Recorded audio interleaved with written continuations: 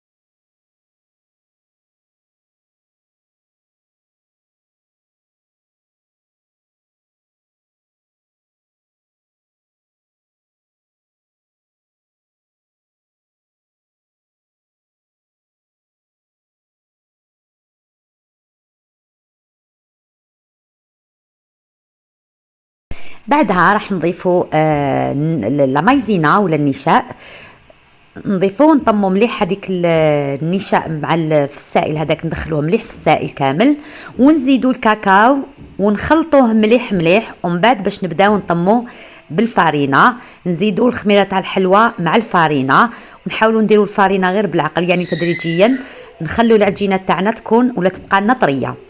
في حاله ما نشفت لك العجينه فجأة، واش ديري؟ تزيدي شويه تاع الزيت ولا ملعقه تاع الزيت هكا وتكملي طميها عادي. الوقت اللي رانا نوجدوا في لاباط تاعنا، هذه الحلوى بزاف سريعه يعني ما فيهاش الخدمه.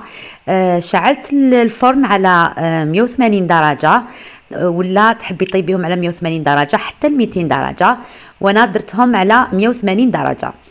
شعلتهم على 180 درجه، شعلته على 180 درجه من فوق ومن تحت. هنايا راح نطم العجينه ونخليها واحد الخمس دقائق برك تريح قبل ما نطيبها. عفوا، قبلها عندنا تشكيل تاع الحلوى. فوالا، نخليها 5 دقائق ومن بعد نروح نشكلها. التشكيل تاعها راح يكون عادي، ما نستعملوا فيه ليمون لا والو، راح نشكلوها غير بيدينا دوائر تكون صغيره، ماشي صغيره بزاف وماشي كبيره بزاف، وما نخشنوهمش بزاف، نديروهم دوائر متساويه وندخلوهم يطيبوا.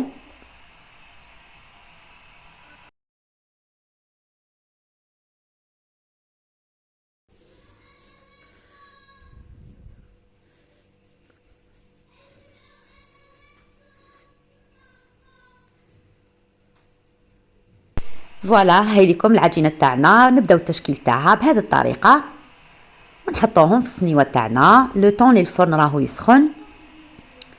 هنايا ندخلوهم يطيبوا كما قلت لكم على 180 درجه حتى ل 200، نشعلين له من الفوق ومن التحت. فوالا، ما راحش ياخذوا بزاف وقت في الطياب. كي تشوفي الحبات تاع الحلوى تاعك تشقوا من الفوق كامل، تاكدي بلي الحبه تاع الحلوى راهي ناشفه، باسكو هنا رانا دايرين كاكاو، بيتيتر ما يبانلاش الطياب تاعهم مليح. دونك غير تشوفيهم باللي كاين شويه حمرار من تحتها ابوبخي، طلعي الحبه وشوفي اذا كاين احمرار من تحتها خفيف ومن فوقها خلاص سي بون، خذاو التشقق تاعهم هايل ونشفت الحبه. فوالا هنا طفي عليهم تخليهم يبردوا.